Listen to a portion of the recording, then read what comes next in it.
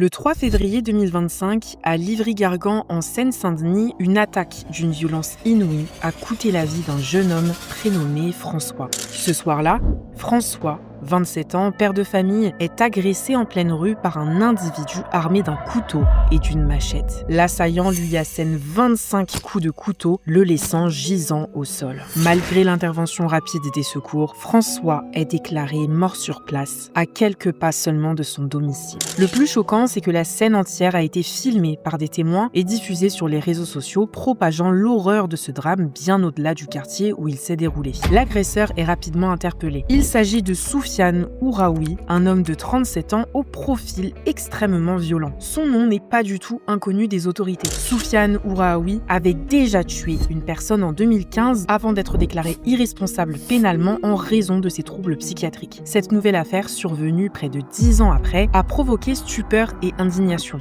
Pour cause, comment un individu au passé aussi lourd a-t-il pu se retrouver en liberté et commettre l'irréparable une seconde fois? Pourquoi cette affaire n'a-t-elle pas fait la une de l'actualité, comme si on avait voulu l'étouffer? Toutes ces questions qui demeurent sans réponse hantent la famille de François, qui m'a demandé personnellement de faire une vidéo afin de rendre hommage à leur fils, frère et père disparus, et d'éclairer la vérité sur ce drame que beaucoup auraient préféré ignorer.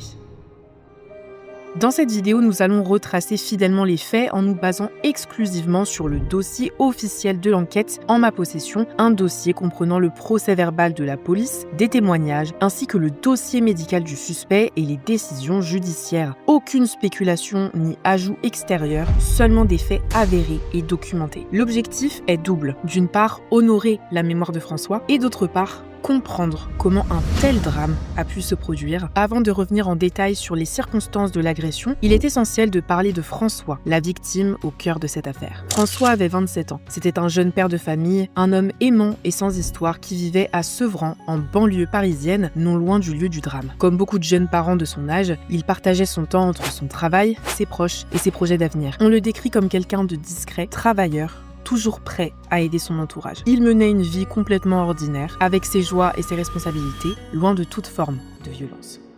Le soir du 3 février 2025, François est simplement au mauvais endroit au mauvais moment. Il se trouve à proximité de son domicile, dans son quartier habituel, peut-être en train de rentrer chez lui ou de sortir faire une course. Rien ne pouvait laisser présager qu'il croiserait la route d'un inconnu en proie à des hallucinations meurtrières. François ne connaissait pas du tout son agresseur. Il n'avait aucun lien avec lui, aucune querelle, aucune histoire commune, absolument rien, qui aurait pu le désigner comme une cible. Mais en quelques instants, la vie de ce jeune homme plein d'avenir a basculé dans l'horreur. Derrière la victime présentée dans les médias se trouvait un être humain aimé des siens. En évoquant qui était François, je souhaite rappeler qu'il ne s'agit pas que d'un nom de plus dans une affaire criminelle, mais d'un père, d'un frère, d'un fils dont l'absence est aujourd'hui un vide immense pour sa famille. Cet hommage est donc pour lui, pour que son destin tragique ne soit pas oublié. Reconstituons maintenant le fil des événements de cette fameuse soirée fatidique du 3 février 2025. Il est aux environs de 20h à Livry-Gargan et la nuit est déjà tombée sur le boulevard Jean Jaurès. Soufiane Ouraoui, 37 ans, sort précipitamment de son domicile armé d'un couteau de cuisine et d'une petite hache, une machette ou hachette. Quelques minutes plus tôt, chez lui, Soufiane a été submergé et pris d'un délire paranoïaque. D'après ce qu'il confiera plus tard aux enquêteurs, il entend des bruits étranges dans les murs de son appartement. Des bruits qui, croit-il, communiquent avec lui et lui répondent. Ces hallucinations auditives prennent la forme de voix dans sa tête qui lui martèlent une idée effroyable. Sa sœur aurait été violée. Persuadé par ces voix que le violeur se trouve tout près, Soufiane est pris de panique et de fureur. Il affirme avoir même cru recevoir un SMS confirmant le viol de sa sœur, un message imaginaire, fruit de son trouble, puisque sa sœur n'a en réalité jamais rien envoyé de tel et n'a pas été victime d'un viol. En quelques instants, Soufiane bascule complètement dans son délire. Aveuglé par l'angoisse et la colère, il s'empare d'armes blanches chez lui, un couteau et une hachette, décide à en découdre avec ce violeur fantasmé qui, selon les voix, rôderait tout près de chez lui. Soufiane sort donc en trombe dans la rue, l'esprit en proie au chaos. Et c'est justement à ce moment précis que François apparaît sur son chemin. François marche dans le secteur, sur le boulevard Jean Jaurès, ne se doutant de rien. Pour Soufiane, dans son état psychotique, ce passant va malheureusement devenir la cible de ses délires. Selon les propos confus qu'il tiendra plus tard, Soufiane voit le diable dans le regard de cet homme, pourtant croisé au hasard. Il remarque que François se trouve non loin de Sevran, la ville où réside sa sœur, et dans l'esprit détraqué de Soufiane, cela suffit pour imaginer que ce parfait inconnu pourrait être l'agresseur de sa sœur. La décision tombe dans son esprit malade. Il doit punir cet homme pour ce qu'il a fait. Soudain, l'irréparable se produit. Armé de son couteau, Soufiane fonce sur François et le poignarde sans sommation. La violence de l'attaque est extrême et prend tout le monde de court, y compris François lui-même, qui n'a ni le temps de comprendre ce qui lui arrive, ni de se défendre. Les deux hommes chutent au sol pendant l'agression. Un témoin qui se trouve non loin aperçoit la scène et décrira plus tard son déroulement en 3 temps distincts. Premièrement, explique-t-il, il voit 2 personnes à terre et réalise qu'une lutte est en cours. L'assaillant, Soufiane, est penché sur sa victime et lui porte plusieurs coups de couteau tandis que François est déjà au sol, face contre terre. Deuxièmement, l'agresseur se relève et fait quelques pas en arrière comme s'il allait s'éloigner. Grièvement blessé, François tente de bouger. Il est maintenant sur le dos, étendu au milieu de la chaussée. Mais Soufiane fait brusquement demi-tour et revient vers lui. Il se penche de nouveau sur sa victime et assène une nouvelle série de coups de couteau, principalement au niveau du thorax. Troisièmement, Soufiane s'éloigne encore de quelques pas, laissant François agonisant par terre. Il retourne le corps inerte de François, le bascule sur le ventre et lui porte plusieurs coups de couteau supplémentaires dans le dos. La brutalité de l'agression est difficile à imaginer. Soufiane s'acharne sur François avec une violence indescriptible, soi-disant sous l'emprise totale de ses hallucinations. Lorsque Soufiane finit par s'arrêter, François ne bouge plus. Très vite, les passants alertent les secours et la police. Des policiers en patrouille arrivent sur les lieux en quelques minutes, guidés par les appels des témoins. Sur le sol, il découvre François grièvement blessé, inconscient, baignant dans une mare de sang. Plusieurs témoins encore choqués sont présents sur la scène. 2 d'entre eux montrent aux forces de l'ordre les vidéos qu'ils ont réussi à filmer avec leur téléphone portable. Ces images insoutenables confirment ce que les autorités savaient déjà. L'attaque a été d'une sauvagerie inouïe et François a reçu un nombre inconsidérable de coups de couteau. En attendant l'arrivée d'une équipe médicale, les policiers sécurisent le périmètre. Toutefois, malgré l'intervention rapide des secours, il est déjà trop tard. Le médecin du SAMU ne peut que constater officiellement le décès de François à 21h16, sur le lieu même du drame. L'autopsie révélera par la suite que François est mort d'un choc hémorragique causé par de multiples blessures au cœur et aux poumons, avec au minimum 25 plaies par instrument tranchant relevées sur son corps. Pendant que François est pris en charge en vain par les secours, Soufiane Ouraoui, lui, a pris la fuite immédiatement après son acte. Mais sa cavale sera de courte durée. Pour cause, quelques minutes à peine après l'attaque, à environ 400 mètres de la scène, des sapeurs-pompiers de Paris qui intervenaient sur un autre appel croisent la route de Soufiane. Ils le trouvent au niveau du 100, allée de Chartres. Il est blessé à la main, probablement une coupure due à l'usage du couteau, et il tient encore à la main le couteau ensanglanté ainsi qu'une hachette. Les pompiers voient cet homme armé se diriger vers eux, l'air hagard. Contre toute attente, Soufiane ne montre aucune résistance particulière. Bien au contraire, il se rend presque spontanément. Il déclare de lui-même aux pompiers qu'il vient de porter des coups de couteau à quelqu'un sur le boulevard Jean Jaurès. Les pompiers parviennent à le maîtriser calmement et le retiennent jusqu'à l'arrivée des policiers. Soufiane est alors pris en charge par la police et placé en garde à vue aux alentours de 20h40. L'arme du crime, un couteau de cuisine ainsi que la machette qu'il portait sont saisis comme pièce à conviction. Très vite, l'identité de l'agresseur est confirmée. Soufiane Ouraoui, déjà connu défavorablement des services de police pour tentative de meurtre en 2012 et meurtre en 2015. L'homme qui a détruit la vie de François ce soir de février 2025 était donc un multirécidiviste dangereux que le hasard tragique a mis sur la route d'une victime innocente. Mais qui est donc Soufiane Ouraoui, cet homme à l'origine de 2 meurtres espacés de 10 ans, et quel a été son parcours avant d'en arriver à commettre l'irréparable?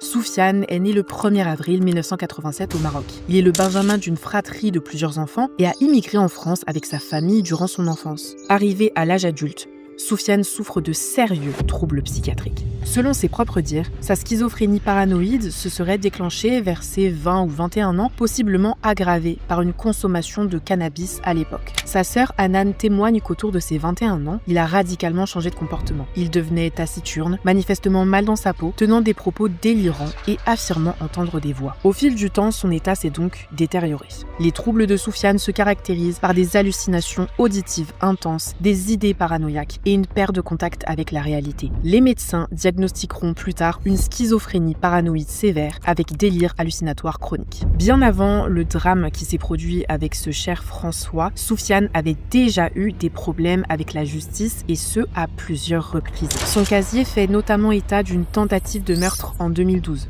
Cette année-là, au cours d'une altercation avec un voisin, certains documents parlent du gérant d'une boulangerie, Soufiane devient violent. Il sort un cutter et tente de poignarder les personnes impliquées. À la suite de cet incident grave, il est arrêté puis soumis à une évaluation psychiatrique approfondie. Le verdict des experts tombe en 2013. Soufiane est déclaré irresponsable pénalement pour ses actes, car son discernement était aboli par la maladie. En droit français, qu'est-ce que ça signifie? Ça veut tout simplement dire que Soufiane ne peut pas être traité comme un criminel, disons, ordinaire. Il ne sera donc pas jugé et aucun procès n'a donc eu lieu. À la place, Soufiane est placé d'office dans un établissement psychiatrique spécialisé, l'établissement public de santé mentale de Villévrard à Neuilly-sur-Marne, afin d'y être soigné et neutralisé. Après un certain temps de traitement en unité fermée, les médecins estiment que son état s'est stabilisé suffisamment pour permettre une sortie encadrée. Fin 2012, Soufiane sort donc de l'hôpital psychiatrique. Il est alors hébergé par sa sœur Hanan, qui accepte de le prendre en charge chez elle, et il est censé poursuivre en parallèle un suivi médical strict en ambulatoire. Il est donc orienté vers le centre médico-psychologue CMP de Pantin, où un psychiatre doit le suivre régulièrement et s'assurer qu'il prend bien son traitement. Mais malheureusement, la stabilité prétendue de Soufiane ne durera pas. Moins de 3 ans plus tard, il commet l'irréparable une nouvelle fois. Le 11 mars 2015, Soufiane Ouraoui tue un homme lors d'une altercation d'une effrayante banalité. Ce jour-là, à Paris, dans le 12e arrondissement, un homme prénommé Johan fume une cigarette devant un café, avenue Daumesnil, lorsque Soufiane l'aborde de manière agressive. Soufiane lui reproche prétendument un mauvais regard, un prétexte futile, né probablement de sa paranoïa. Le ton monte donc rapidement entre les deux hommes. Soudain, Soufiane sort une arme de poing, un pistolet automatique, et Johan, pris de panique, tente de s'enfuir en courant dans la rue. Soufiane le poursuit, les deux reviennent près du café, et là, Soufiane ouvre le feu à bout portant sur Johan. Blessé, Johan se réfugie à l'intérieur de l'établissement, se cachant dans les toilettes, pendant que des témoins, un barman et un client notamment, tentent de bloquer désespérément la porte pour le protéger. Fou de rage, Soufiane essaie de forcer l'entrée, arme au poing, déterminé à atteindre sa victime. N'y parvenant pas, il finit par prendre la fuite. Johan, lui, s'effondre peu après, touché mortellement par les balles. Les secours ne pourront malheureusement pas le sauver. Il décède de ses blessures, laissant derrière lui une famille tout entière en deuil. Soufiane est rapidement arrêté peu de temps après, alors qu'il tentait de se cacher dans un immeuble voisin. Lors de son interpellation, il est trouvé en possession de son arme et de 2 chargeurs. Au cours de l'enquête sur ce meurtre de 2015, les autorités découvrent avec inquiétude le passé psychiatrique de Soufiane et son statut antérieur d'irresponsable pénal. Interrogé, Soufiane reconnaît globalement les faits tout en fournissant une explication tout juste délirante. Il affirme souffrir d'une psychose chronique avec des voix qui lui auraient dicté son geste. Il raconte aux enquêteurs qu'il est sorti de chez lui ce jour-là, persuadé que Johan lui voulait du mal. Il était convaincu que cet homme s'était moqué de lui auparavant et l'avait insulté sans raison. Sauf qu'en réalité, absolument rien ne liait Soufiane et Johan juste avant ce jour tragique. Mais dans l'esprit malade de Soufiane, la simple impression d'un regard de travers a suffi à déclencher un passage à l'acte fatal. Il admet également qu'il suivait pourtant un traitement antipsychotique à ce moment-là, mais que depuis quelque temps, il entendait de nouveau des voix et n'avait pas osé en parler à son psychiatre, de peur d'être réhospitalisé. Ce point est crucial. Soufiane, conscient de son historique, préférerait cacher la résurgence de ses symptômes plutôt que d'affronter un retour potentiel à l'hôpital. Comme en 2013, la justice va conclure que Soufiane ne peut pas être tenu pour pénalement responsable de l'homicide de 2015 compte tenu de son état mental. Une expertise psychiatrique approfondie, menée par des experts près de la Cour d'appel de Paris, confirme le diagnostic de schizophrénie paranoïde délirante chez Soufiane. En 2018, au terme de la procédure judiciaire, la cour d'assises déclare Soufiane Ouraoui irresponsable pénalement pour le meurtre de Johan, estimant qu'un trouble psychique ayant aboli son discernement au moment des faits l'empêche d'être jugé comme un accusé ordinaire. En conséquence, aucune peine de prison lui sera infligée. À la place, les juges ordonnent son hospitalisation d'office dans une unité psychiatrique fermée pour une durée indéterminée afin de protéger la société et de lui prodiguer les soins nécessaires. Des mesures de sûreté complémentaires sont également proposées. Il lui est notamment interdit de posséder ou porter une arme pendant 20 ans et d'entrer en contact avec la famille de la victime. La famille de Johan, elle, obtient réparation sous forme de dommages et intérêts pour le préjudice subi, mais elle n'aura pas eu de procès criminel classique pour faire le deuil, une situation toujours difficile à accepter pour les proches de victimes. Je ne suis pas satisfait de ce que la justice a pris comme décision et la personne a été internée en psychiatrie. La personne est une personne récidiviste qui avait déjà tué une autre personne avant, donc c'est pas normal que cette personne était dehors. Et regardez maintenant, il en est à sa deuxième victime, qui est mon frère. Je ne le reverrai plus jamais. Maintenant, c'est quoi le but? Le remettre en psychiatrie pour qu'ensuite quoi? On le relâche 6 mois après et qu'il recommence?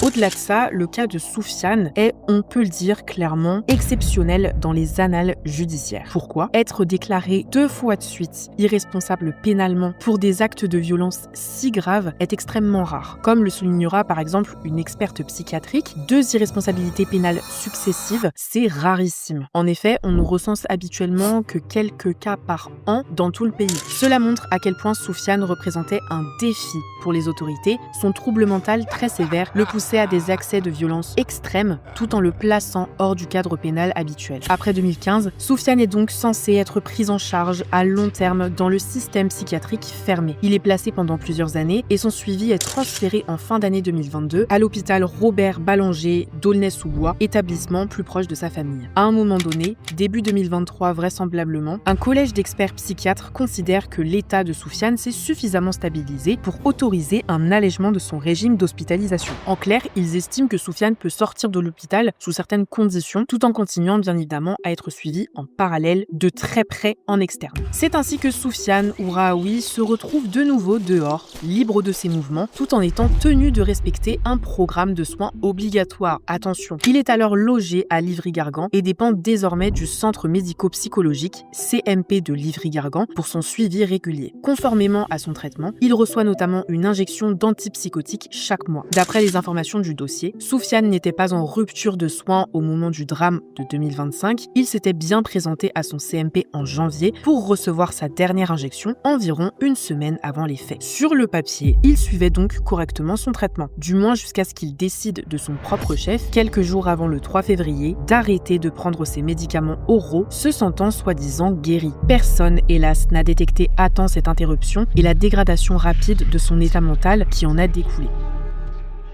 En effet, plusieurs signaux d'alarme avaient pourtant été émis au sujet de Soufiane ou Raoui, et ce bien avant qu'ils ne croisent la route de François. L'exemple le plus révoltant, accablant, est certainement celui de sa sœur, Hanan, et des multiples avertissements qu'elle avait lancés. En effet, Hanan connaissait intimement la gravité des troubles de son frère et redoutait qu'il ne finisse par commettre l'irréparable s'il n'était pas correctement pris en charge. Dès 2014, soit quelques mois avant le meurtre de 2015, elle a tenté de tirer la sonnette d'alarme. Inquiète de voir l'état mental de Soufiane se détériorer, il était renfermé, délirant, convaincu qu'on le surveillait et entendant de plus en plus de voix, Hanan a contacté le docteur Oleksak, le psychiatre qui suivait alors son frère au CMP de Pantin. Elle lui a expressément demandé de faire réhospitaliser Soufiane en urgence, estimant qu'il n'allait pas bien du tout et devenait dangereux pour lui-même et pour les autres. Cette demande, Hanan l'a répétée à plusieurs reprises fin 2014, tant son angoisse était grande face aux troubles de son frère qui ne cessait de s'amplifier. Mais malheureusement, d'après son témoignage, le CMP n'a jamais réagi. En dépit de ses appels à l'aide insistants, aucune mesure n'a été prise pour interner de nouveau Soufiane ou renforcer son encadrement à ce moment-là. Il est resté libre, sous simple suivi ambulatoire, alors même que ses proches signalaient une aggravation de son état. Et franchement, on ne peut s'empêcher de se demander ce qui se serait passé si l'alerte de Hanan avait été entendue en 2014. Si Soufiane avait été replacé à temps, le drame de 2015 aurait très probablement pu être évité. Johan ne serait sans doute pas tombé sous les balles de Soufiane en mars 2015 et François, 10 ans plus tard, ne se serait pas retrouvé face à un tueur en liberté. Pour la famille des victimes, ces avertissements ignorés sont une source de colère et d'amertume immense et on comprend pourquoi. Quand on sort avec une hache et un couteau, c'est que forcément, ce lundi 3 février, une personne allait mourir. On en veut aux médecins et on en veut aux magistrats qui ont autorisé en fait la sortie de ce monstre. On en veut à ces professionnels de santé qui normalement devaient le suivre, puisque même s'il est en hôpital de jour, mais sous condition qu'ils suivent ses soins, on en veut aussi à l'État. C'est justement l'un des éléments clés qui fait dire aujourd'hui à la famille de François et à bien d'autres que ce drame aurait peut-être pu être empêché si le système avait fonctionné correctement. Au-delà de 2014, d'autres éléments montrent très clairement que le suivi de Soufiane, un individu très dangereux, n'a pas été assez rigoureux. Hanan a déclaré que son frère, bien qu'il voie régulièrement un médecin au CMP, ne prenait pas ses cachets comme il le devait. Il recevait une injection mensuelle, certes, mais refusait la médication orale quotidienne, ce qui compromettait très clairement l'efficacité de son traitement. Ce genre d'information, si elle a été communiquée aux soignants, aurait dû nettement entraîner des mesures, par exemple une surveillance accrue de la prise des médicaments ou une hospitalisation si le patient devient non observant. Là encore, on ignore si le CMP ou le médecin traitant ont tenté d'agir face à ce non-respect du traitement. Ce qui est certain, c'est qu'en février 2025, Soufiane a pu librement stopper son traitement et ce pendant plusieurs jours, sans que personne n'intervienne et ce, jusqu'à ce que le pire se produise. Par ailleurs, on a appris qu'à la veille du passage à l'acte, Soufiane ne s'était pas présenté à un rendez-vous programmé au CMP. Il avait un suivi régulier et aurait dû être vu par son psychiatre, mais il a fait défaut. Là aussi, ce manquement aurait dû immédiatement déclencher une alerte. Un patient souffrant de schizophrénie paranoïde au passé très violent qui pose un lapin sans prévenir, c'est potentiellement le signe d'une décompensation. Hélas, si une tentative de le joindre ou de le récupérer a eu lieu, elle n'a pas du tout abouti à temps. Le lendemain, il était dehors, livré à ses démons, et François croisait sa route.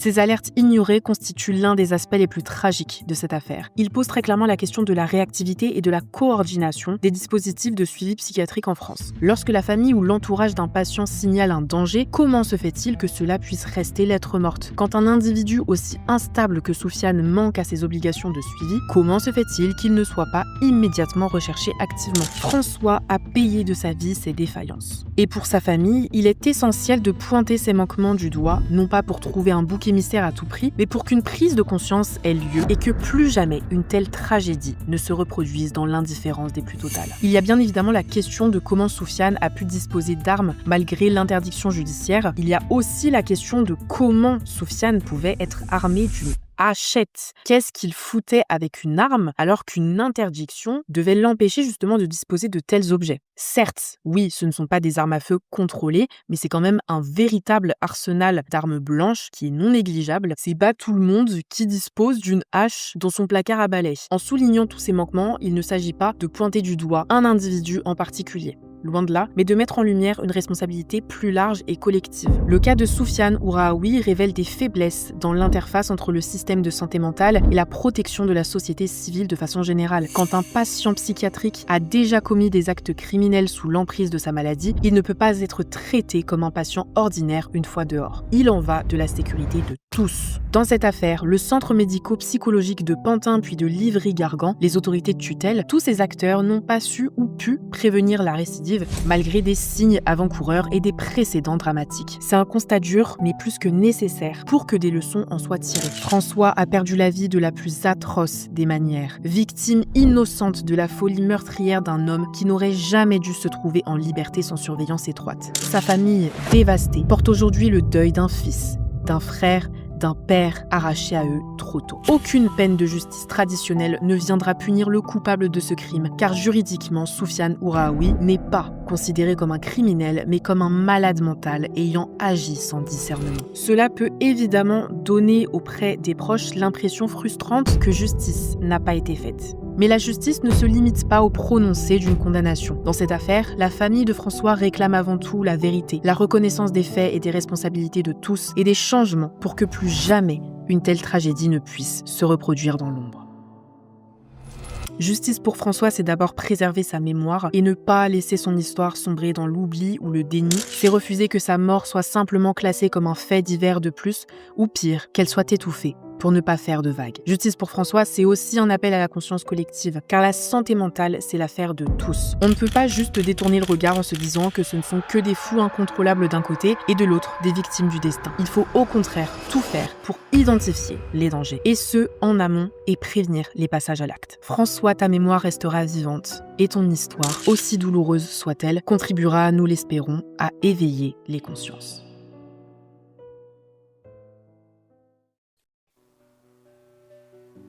Benjamin Buis. Ma fille Estelle a été assassinée par sa mère. Malgré ses aveux, la meurtrière a été déclarée irresponsable à cause de l'article 122.1. Stéphanie Roch, fille de Francine, assassinée en 2003 par un récidiviste. Nous sommes Fabien et Sylvie Francy. Notre fils aîné, Valentin, a été massacré de 18 coups de couteau et étranglé. Son assassin, déclaré irresponsable en vertu de l'article 122 du Code pénal. Je m'appelle Christelle Gervaise. Mon mari, Alban Gervaise, a été assassiné à coups de couteau. Son meurtrier a bénéficié de l'irresponsabilité pénale. Je suis Augustine Lucaya, la sœur de François Lucaya, tuée gratuitement par un schizophrène multirécidiviste. Je m'appelle Sandrine. Je suis la maman de Théo, qui a été assassiné à l'issue du procès aux assises. L'accusé a été jugé irresponsable pénalement. Notre fils Clément a été assassiné sur son lieu de travail. L'assassin a été reconnu irresponsable de son acte. Christian Stavowski, père de Sandrine. Son assassin a bénéficié de l'irresponsabilité pénale. Depuis ce jour, je me bats au sein de l'association Delphine Sandrine pour faire changer l'article 122.1 du Code pénal. Combien de familles vont être brisées au nom de l'article 122-1 ? Combien de meurtriers ne connaîtront jamais la prison au nom de l'article 122-1 ? Car la mort de notre fils ne doit pas être vaine. Monsieur Darmanin, en octobre 2025, vous avez déclaré au magistrat vouloir remettre les victimes au centre de la procédure. Avec l'association Delphine Sandrine, nous vous demandons de nous recevoir pour entendre nos propositions à propos de l'article 121 du Code pénal. Car hier, c'était nous. Mais demain, qui ?